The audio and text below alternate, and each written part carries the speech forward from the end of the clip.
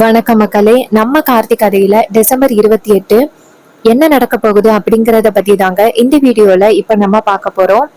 இந்த வீடியோவுக்கு மறக்காம லைக் பண்ணிக்கோங்க. நீங்க லைக் பண்றது தான் எங்களுக்கு அடுத்து வீடியோ போடுறதுக்கு ரொம்பவே இன்ட்ரெஸ்டிங்கா இருக்கும். ஸோ மறக்காம லைக் பண்ணிட்டு இந்த வீடியோவை பாருங்க. என்ன நடக்குது அப்படின்னு பாத்துக்கிட்டீங்கன்னா, நம்ம ஹீரோவை காமிக்கிறாங்க. நம்ம ஹீரோ வந்துட்டு எப்படியாவது பாட்டி மேல எந்த தப்பும் இல்லை அப்படிங்கிறத நிரூபிக்கணும் அப்படின்னு ஒரே குழப்பத்துல மாடியில நிக்கிறாரு. அப்பதான் வில்லி அந்த இடத்துக்கு வராங்க. வந்துட்டு நேரா ஹீரோவை பார்த்து, ஏ டிரைவர் பையலே, என்ன இந்த வீட்டுக்குள்ள நுழைஞ்ச பிறகு அடுத்து என்ன பண்ணலாம் அப்படின்னு யோசனை பண்ணிக்கிட்டு இருக்கியா? இங்க பாரு, நீ என்னதான் ட்ரை பண்ண முயற்சி பண்ணாலும் கண்டிப்பா உன்னால எதுவுமே பண்ண முடியாது. ஏன்னா முன்னாடி அக்காக்காரி உன் பேச்ச கேட்டா, ஆனா இப்ப உன் பேச்ச கேக்குறதுக்கு துளி அளவு கூட வாய்ப்பே கிடையாது. அந்த அளவுக்கு அக்காக்காரி உன் மேல பயங்கர கோவத்தோட இருக்கா. நீ என்ன முயற்சி பண்ணாலும் அக்கா கண்டிப்பா உன் மேல உள்ள கோவத்தை குறைக்கவே மாட்டா. இப்படியே நீ கடைசி வரைக்கும் 6 மாசம் வரைக்கும். அப்ப வில்லி சொல்றாங்க, இதே மாதிரி 6 மாசம் மாடிலே நின்னுகிட்டு யோசனையே பண்ணிக்கிட்டே இரு அப்படின்னு சொல்லிட்டு வில்லி கலாய்க்க, அப்ப ஹீரோ சொல்றாரு, இங்க பாருங்க, உங்களை பத்தி உண்மைகளை நிரூபிக்கணும் அப்படி இப்படின்னு ஒண்ணு நினைச்சு நான் இந்த வீட்டுக்குள்ள வரல. என் பாட்டியோட குடும்பத்தையும் அத்தையோட குடும்பத்தையும் ஒண்ணு சேர்க்கணும். அந்த ஒரு நல்ல நோக்கத்துக்காக தான் நான் இங்க வந்திருக்கேன். நீங்க தேவையில்லாம இடையில மாட்டி நீங்க பிரச்சனையை அனுபவிக்காதீங்க. அதுக்கு வில்லி சொல்றாங்க, இங்க பாருடா, அதுவும் என்னோட பிரச்சனை தான். நீ எப்படியா இருந்தாலும் சரி, அக்காக்காரியோட குடும்பத்து கூட அந்த கிழவியோட குடும்பத்தை சேர்க்கறதுக்கு வாய்ப்பே கிடையாது. அதை நான் கண்டிப்பா விடமாட்டேன் அப்படின்னு வில்லி சொல்ல, அப்ப ஹீரோ சொல்றாரு, பாக்கலாம் பாக்கலாம், நீங்களும் இதே மாதிரி சத்தம் போட்டுட்டு தோற்க தான் போறீங்க அப்படின்னு. வில்லி சொல்றாங்க, பாக்கலாம்ப்பா அப்படின்னு சொல்லிட்டு வில்லி அந்த இடத்துல இருந்து போறாங்க. அப்ப ஹீரோ நினைக்கிறாரு, இவங்களுக்கு இதுக்கு மேலேயும் நம்ம டைம் கொடுக்கறது சரியில்லை அப்படின்னு தோணுது. கூடிய சீக்கிரம் இவங்களை பத்தின உண்மைகளை அத்தை கிட்ட நிரூபிக்கணும். அதோட இந்த குடும்பத்துல இருக்கிற பிரச்சனைய ஃபர்ஸ்ட் சால்வ் பண்ணணும் அப்படின்னு நம்ம ஹீரோ வந்துட்டு ஒரே யோசனையா இருக்காரு. அப்பதான் நம்ம ஹீரோ வந்துட்டு அந்த சண்முகத்தோட போன் அப்படி எங்கதான் இருக்கு அப்படின்னு ஒரே யோசனையில இருக்காரு. மயிலு அந்த இடத்துக்கு வந்துட்டு, சொல்லுங்க சகலா அப்படின்னு சொல்ல, ஹீரோ சொல்றாரு, இது மாதிரி சண்முகத்தோட போன் ஏதோ இருக்கு. பட் அந்த போன் இன்னும் நம்ம கையில கிடைக்கல. அந்த போன் கையில கிடைச்சிட்டா கூட ஆல்மோஸ்ட் நமக்கு இருக்கிற பிரச்சனை எல்லாமே சரியாயிரும். ஆனா அந்த போன் எங்க இருக்கு அப்படிங்கறத கண்டுபிடிக்கவே முடியலையே. இப்ப என்ன பண்றது அப்படின்னு ஹீரோ கேட்க, அப்ப மயில சொல்றாரு, சகல பேசாப்ல இந்த போன் எல்லாம் கொண்டு போய் விப்பானுங்கல்ல ஒரு கடையில, அந்த கடையில நம்ம போய் கேட்டு பாப்போமா? ஹீரோ சொல்றாரு, சரி ஓகே, இந்த ஏரியாவுல ஒரு 4-5 கடை தான் இருக்கு. சோ அதை தவிர்த்து வெளியில போனுச்சுனாலும் ஒரு பிரச்சனை இல்ல, இங்க கேட்டு பாப்போம் வாங்க அப்படின்னு சொல்லிட்டு 2 பேருமே சேர்ந்து அந்த கடைக்கு போறாங்க. அங்க போயிட்டு அங்க உள்ள ஆள்கிட்ட, இங்க பாருங்க, இது மாதிரி கொஞ்ச நாளைக்கு முன்னாடி ஒரு போன் காணாம போயிட்டு, அந்த போன் பேரு இந்த பேரு தான், அந்த போன் இங்க இருக்கா அப்படின்னு மட்டும் எனக்கு தெரியணும். அப்பா அவங்க சொல்றாங்க, சார் இது மாதிரி நிறைய போன் வரும் சார், எந்த போனை நான் கண்டேன். அப்ப ஹீரோ சொல்றாரு, சார் அது எங்களுக்கு ரொம்ப முக்கியமான போன். அப்ப அவரு சொல்றாரு, இல்லங்க சார், வெறும் போனோட பேரை மட்டும் சொல்லி உங்களால அந்த போனை கண்டுபிடிக்க முடியாது. அந்த போனுக்குன்னு ஒரு நம்பர் இருக்கும். அந்த நம்பர் உங்களுக்கு தெரிஞ்சிச்சு அப்படின்னா அது எங்க இருக்கு அப்படிங்கறத ஈஸியா கண்டுபிடிச்சிடலாம். அப்ப ஹீரோ சொல்றாரு, சரி ஓகே, நான் ட்ரை பண்ணி பாக்குறேன் அப்படின்னு நம்ம ஹீரோ அங்கேருந்து வெளியில வந்துட்டு அந்த சண்முகத்தோட பேத்திக்கு போன் பண்றாங்க. அந்த பொண்ணு போன் அட்டன் பண்ணி, சொல்லுங்க என்ன அப்படின்னு சொல்ல, ஹீரோ சொல்றாரு, நல்லா இருக்கியாமா அப்படின்னு சொல்ல, அப்ப அந்த பொண்ணு சொல்றாங்க, அண்ணன் நான் நல்லா இருக்கேன்னு, நீங்க எனக்கு இங்க எல்லா ஏற்பாடுகளையும் பண்ணி வச்சிருக்கீங்க. உங்களை நினைச்சு பார்த்தா எனக்கு ரொம்ப சந்தோஷமா இருக்கு. தாத்தா இந்த இடத்துல இருந்து எனக்கு எல்லாம் பண்ணுவாரோ அது எல்லாத்தையுமே நீங்க பண்ணிருக்கீங்கன்னு. அதுக்கு ஹீரோ சொல்றாரு, சரிம்மா, உனக்கு எந்த பிரச்சனை வந்தாலும் எனக்கு உடனே போன் பண்ணி சொல்லணும், சரியா? அந்த பொண்ணும், சரிங்கண்ண, நான் கண்டிப்பா போன் பண்ணி சொல்றேன்னு அப்படின்னு சொல்ல, ஹீரோ சொல்றாரு, சரி ஓகே, எனக்கு ஒரு முக்கியமான இன்ஃபர்மேஷன் தேவைப்படுது. உங்க தாத்தா போன் வாங்கினாருல்ல, அந்த போனோட டப்பா எங்க கிடக்குன்னு உனக்கு தெரியுமா? வச்சிருக்கீங்களா?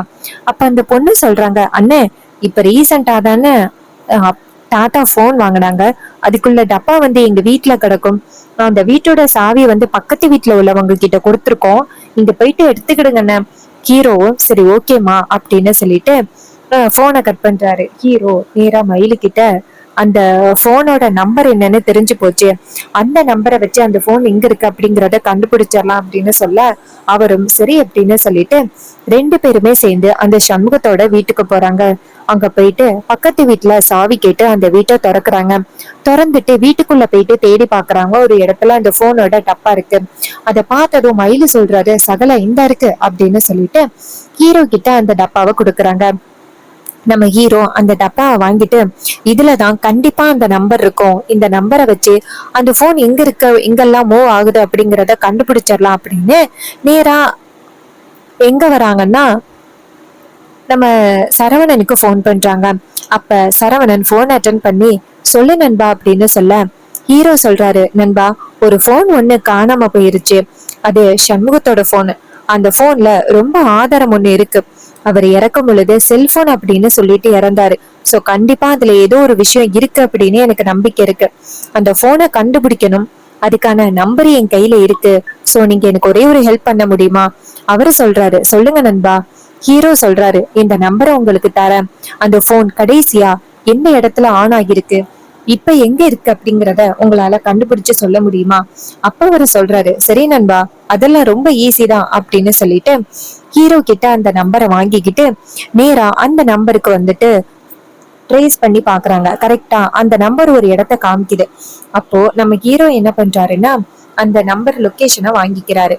அப்ப சகல சொல்றாரு, சகல லொகேஷனை வாங்கியாச்சு, இதுக்கப்புறம் நம்ம சுலபமா அந்த போன் எங்க இருக்கு அப்படிங்கறத கண்டுபிடிச்சிடலாம், வாங்க சகல அப்படின்னு சொல்லிட்டு 2 பேருமே சேர்ந்து அந்த லொகேஷனை வச்சு தேடிக்கிட்டு இருக்காங்க. அப்ப நேரா கோவில காமிக்குது. என்னடா அது கோவில காமிக்குது அப்படின்ட்டு நேரா போய் பார்த்தா அங்க நம்ம ரோஹிணி இருக்காங்க.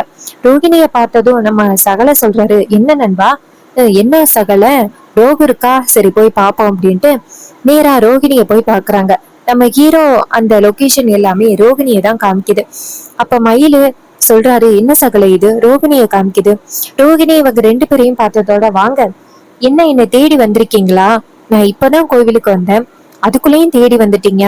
அப்ப மயிலு சொல்றாரு, இல்ல இது மாதிரி உனக்கு ரொம்ப நாளைக்கு முன்னாடி ஒரு போன் கொடுத்தன்ன, அந்த போன் எங்க? ரோகு சொல்றாங்க, இது இதுல தாங்க இருக்கு, என்னாச்சுங்க? அப்ப மயிலு சொல்றாரு, இல்ல இந்த போனை கூட அப்படின்னு சொல்லிட்டு போனை வாங்கி பாக்குறாங்க. அப்ப ஹீரோ கேக்குறாரு, இந்த போன் நீங்க எந்த கடையில வாங்குனீங்க? அவரு சொல்றாரு, நான் ஒரு செகண்ட் ஹேண்ட் கடையில தான் வாங்கினேன், பட் இது செகண்ட் ஹேண்ட் அப்படின்னு எனக்கு தெரியாதே. பொறுங்க மாப்பிள்ள, இந்த போனை செக் பண்ணி பாக்குறேன் அப்படின்ட்டு உள்ளார செக் பண்ணி பாக்குறாங்க. பார்த்தா அதுல கரெக்டா யாருடைய பேரு இருக்குன்னா சண்முகத்தோட பேரு தான் இருக்கு. இத பார்த்ததும் ரொம்ப அதிர்ச்சி ஆகுறாரு மயிலு. சகல இது அந்த சண்முகத்தோட போனு தான், இத்தனை நாளும் இந்த போன் நம்ம கையில தான் இருந்திருக்கு, இது தெரியாம நான் இருந்திருக்கிறேனே அப்படின்ட்டு அந்த போனை எடுத்து செக் பண்ணி பாக்குறாங்க. கரெக்டா அந்த போன்ல நம்ம சண்முகத்தோட வீடியோ இருக்கு. இத பார்த்ததும் நம்ம ரோகு இருக்காங்கல்ல, அவங்க கேக்குறாங்க, என்னாச்சுங்க, ஏதாவது பிரச்சனையா? மயில சொல்றாரு, இல்ல ரோகு, சண்முகம் தெரியுமா ஒரு நாள் மண்டபத்துல வந்துட்டு ஏதோ உண்மைய சொல்ல வந்தாரே. அப்ப ரோகு சொல்றாங்க, ஆமாங்க, கடைசி நேரத்துல அவருக்கு ஏதோ பிரச்சனை ஆகிருச்சு. அதுக்கு மயில சொல்றாரு, ஆமா, அவரு இறக்கும் பொழுது செல்போன் அப்படின்னு சொல்லிட்டு இறந்தாரு. சோ அவரோட செல்போன்ல ஏதோ இருக்கும் அப்படின்னு நினைச்சு அவரோட போனை ரொம்ப நாளா தேடிக்கிட்டு இருந்தோம். ஆனா அவரோட போன் கிடைக்கவே இல்லை. இப்பதான் அவரோட போன் கிடைச்சிச்சு. சோ இந்த போன்ல இதுதான் அவரோட போன் அப்படின்னு தெரியாம இத்தனை நாளும் இருந்திருக்கிறோம். சோ இதுல கண்டிப்பா ஏதோ ஒண்ணு இருக்கு. அப்ப ரோகு சொல்றாங்க, என்னங்க, இதுல உள்ள வீடியோஸ் எல்லாத்தையுமே நான் டெலீட் பண்ணிட்டேங்க. எப்பவுமே இந்த போனை வந்துட்டு நான் வாங்கினேன் அப்படின்னா அதை ஒரு தடவை எல்லாத்தையும் டெலீட் பண்ணிடுவேன். இது கேட்டதும் மயிலு ஷாக் ஆகுறாரு. என்ன ரோகு இப்படி சொல்ற? அப்ப ரோகிணி சொல்றாங்க, என்னங்க, இப்படி எல்லாம் பிரச்சனை நடக்கும் அப்படின்னு எனக்கு தெரியாதுங்க. அப்ப ஹீரோ சொல்றாரு, இதெல்லாம் ஒரு பிரச்சனை இல்ல, கடையில கொண்டு போய் கொடுத்து ஈஸியா இதுல உள்ள எல்லா டேட்டாவையும் கலெக்ட் பண்ணிடலாம், சரி வாங்க அப்படின்னு சொல்லிட்டு நேரா மறுபடியும் ஷாப்புக்கு போறாங்க. அங்க போயிட்டு அங்க உள்ளவர்கிட்ட, இங்க பாருங்க, இதுல உள்ள டேட்டாஸ் எல்லாமே டெலீட் ஆயிட்டு, சோ நீங்க வந்துட்டு இதுல உள்ள டேட்டாஸை மட்டும் கலெக்ட் பண்ணி கொடுங்க அப்படின்னு சொல்ல அவரும் சரிங்க சார் அப்படின்னு சொல்லிட்டு கரெக்டா அதுல உள்ள டேட்டாஸை கலெக்ட் பண்ணி நம்ம ஹீரோவுக்கு கொடுக்குறாங்க. நம்ம ஹீரோ அதை பார்த்து அதுக்கப்புறம் சந்தோஷப்படுறாரு. மயிலு சொல்றாரு, சகல இதுல உள்ள டேட்டாஸை ரெக்கவர் பண்ணியாச்சு அப்படின்னு சொல்லிட்டு அதுல உள்ள போட்டோஸ் எல்லாத்தையுமே பாக்குறாங்க ஒரு லேப்டாப்ல. அதுலதான் சண்முகத்தோட வீடியோ இருக்கு. அப்ப மயிலு சொல்றாரு, சகல இது சண்முகம் தானே சகல, ஏதோ இருட்டுக்குள்ள ஏதோ நின்னு பேசியிருக்காரு. ஹீரோ சொல்றாரு, சோ கண்டிப்பா இதுலதான் ஏதோ நமக்கு ஆதாரம் இருக்கு அப்படின்னு சொல்லிட்டு அந்த வீடியோவை ஆன் பண்ணி பாக்குறாங்க. பார்த்தா அதுல கரெக்டா சண்முகம் பேசியிருக்காரு. இங்க பாருங்க, இந்த வீடியோ யாரு கையில போனாலும் சரி, இத கொண்டு போய் ஈஸ்வரி மேடத்துக்கிட்ட கொடுங்க. இது மாதிரி அவங்களோட அம்மா இறந்ததுக்கு முக்கிய காரணம் இந்த முத்து தான். அவன் தான் இவ்வளவு பெரிய அநியாயத்தை பண்ணிட்டு எதுவுமே தெரியாதவன் மாதிரி ஒளிஞ்சிருக்கான். அவனை விடாதீங்க, அவனை கைது பண்ணுங்க. ஈஸ்வரி அம்மா, நீங்க நினைக்கிற மாதிரி உங்க அம்மாவோட இறப்புக்கு காரணம் பரமேஸ்வரி ஐயாவும் பரமேஸ்வரி அம்மாவும் சேதுபதி ஐயாவும் கிடையாது. அவங்க ரெண்டு பேரும் ரொம்ப நிரபராதி. அவங்க பாவம், அவங்க எந்த தப்பும் பண்ணாதவங்க. நீங்க தான் எப்படியாவது அவங்கள மன்னிக்கணும். இது 20 வருஷத்துக்கு முன்னாடி நடந்த ஒரு பெரிய அநியாயம் உங்க குடும்பத்துக்கு. இந்த முத்து உங்க அம்மாவை காலி பண்றதுக்காக சாப்பாட்டுல எதையோ கலந்துருக்கான். அது அவங்கள ரொம்பவே பாதிச்சுட்டு. எனக்கு எப்படி தெரியும்னு கேக்குறீங்களா? அந்த நேரத்துல நான் தான் கான்ஸ்டபிளா இருந்தேன். நான் தான் மறுநாள் ரிப்போர்ட்ஸ் எடுத்துக்கிட்டு சேதுபதி ஐயா கிட்ட காமிக்கலாம் அப்படின்ட்டு வந்தேன். ஆனா இவன் என்னை தடுத்து நிறுத்தி பணத்தாசை காமிச்சான். நானும் பணத்துக்கு ஆசைப்பட்டு அவன் சொல்றதை கேட்டு அதன்படி நடக்க ஆரம்பிச்சுட்டேன். அதுக்குதான் நான் இத்தனை வருஷமா இன்னும் தண்டனை அனுபவிச்சுக்கிட்டு இருக்கேன். இங்க பாருங்கம்மா, சேதுபதி ஐயாவுக்கும் இதுக்கும் சம்பந்தமே கிடையாது. அன்னைக்கு அவங்க இவங்க மேல திருட்டுப்பலி போட்டது உண்மைதான். ஆனா என்ன பண்றது, சூழ்நிலை எல்லாம் அப்படி அமைஞ்சதோட அவங்க மேல இவ்வளவு பெரிய பழி விழுந்துருச்சு. இங்க பாருங்கம்மா, அவங்க எந்த தப்பும் பண்ணல. இது எல்லாத்துக்கும் காரணம் முத்துதான். உங்களுடைய அம்மா எதுக்காக இறக்குறோம் அப்படின்னே தெரியாம இறந்திருக்காங்க. இங்க பாருங்க, அவங்கள நீங்க சும்மா விடாதீங்க அப்படின்னு சொன்னதும் நம்ம ஹீரோ ரொம்ப ஷாக் ஆகுறாரு. மயில இத பார்த்துட்டு சகல இந்த வீடியோவை கொண்டு போய் உடனே அத்தை கிட்ட காமிக்கணும். அவரும் சரி வாங்க அப்படின்னு சொல்லிட்டு நேரா ஈஸ்வரிய பாக்குறதுக்காக வராங்க. அப்போ ஈஸ்வரி வீட்டுல இருக்க ரோகிணி நேரா மயில பார்த்து, என்னங்க இது, கோவிலுக்கு வந்தீங்க, என்கிட்ட இந்த போனை வாங்கிக்கிட்டு நேரா எங்கேயோ போயிட்டீங்க, என்னாச்சுங்க? அவரு சொல்றாரு, ரோகு, ரொம்ப முக்கியமான ஆதாரம் ஒண்ணு எங்க கையில சிக்கிருக்கு. ரோகிணி கேக்குறாங்க, என்னங்க சொல்றீங்க? அப்ப அவரு சொல்றாரு, ஆமா ரோகு, இத்தனை வருஷமா அத்தையோட அம்மா இதுக்காக இறந்தாங்க அப்படின்னு தெரியாம இருந்தாங்கல்ல, அதுக்கான ஆதாரம் எங்க கையில சிக்கிருச்சு அப்படின்னு ஈஸ்வரி கிட்ட அந்த வீடியோவை காமிக்கிறாங்க. ஈஸ்வரி அந்த வீடியோவை பார்த்ததும் ரொம்ப அதிர்ச்சி ஆகுறாங்க. அப்ப மயில சொல்றாரு, இங்க பாருங்கத்த, பாத்தீங்களா, இத்தனை வருஷமா சகலையோட குடும்பத்து மேல எந்தவித தப்பும் இல்லாம இவ்வளவு பெரிய தண்டனையை அனுபவிச்சிருக்காங்க. தப்பு பண்ண அந்த முட்டு ரொம்ப சந்தோஷமா ஊருக்குள்ள தெரிஞ்சுக்கிட்டு இருக்கான். அவனை விடவே கூடாது. இதை கேட்டதும் ஈஸ்வரி சொல்றாங்க, தப்பு பண்ணாத இந்த குடும்பத்து மேல நான் இவ்வளவு கோவத்தோடையும் வன்மத்தோடையும் இருந்திருக்கிறேனே, என்ன நினைச்சு பார்த்தா எனக்கே கஷ்டமா இருக்கு அப்படின்ட்டு ரொம்பவே கவலைப்படுறாங்க ஈஸ்வரி. இத பார்த்ததும் நம்ம ரோகு சொல்றாங்க, இங்க பாருங்கம்மா, அப்போ பாட்டி மேல எந்த தப்புமே இல்ல அப்படிங்கிறத புரிஞ்சுக்கிட்டீங்கல்ல, அப்ப பாட்டிய நீங்க மன்னிச்சு வீட்டுக்கு கூப்பிடுங்கம்மா. ஈஸ்வரி சொல்றாங்க, சரி நான் உடனே கூப்பிடுறேன் அப்படின்ட்டு ஈஸ்வரி சொல்றாங்க. அப்ப ஈஸ்வரி நேரா ஹீரோவை பார்த்து, உங்களை தான் நான் ரொம்ப கஷ்டப்படுத்திட்டேன், என்னை மன்னிச்சிருங்க.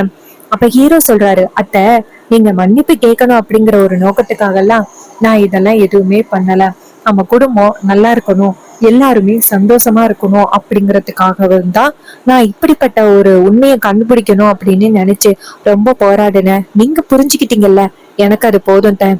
ஈஸ்வரி சொல்றாங்க, மாப்பிள்ள, உங்களை மாதிரி ஒரு பக்குவமான ஆளு என் பொண்ணுக்கு புருஷனா கிடைச்சதுக்கு ரொம்ப கொடுத்து வச்சிருக்கணும். ஆனா நான் தான் உங்களை புரிஞ்சுக்காம இருந்துட்டேன் மாப்பிள்ள அப்படின்னு சொல்லிட்டு ஈஸ்வரி ரொம்ப ஃபீல் பண்றாங்க.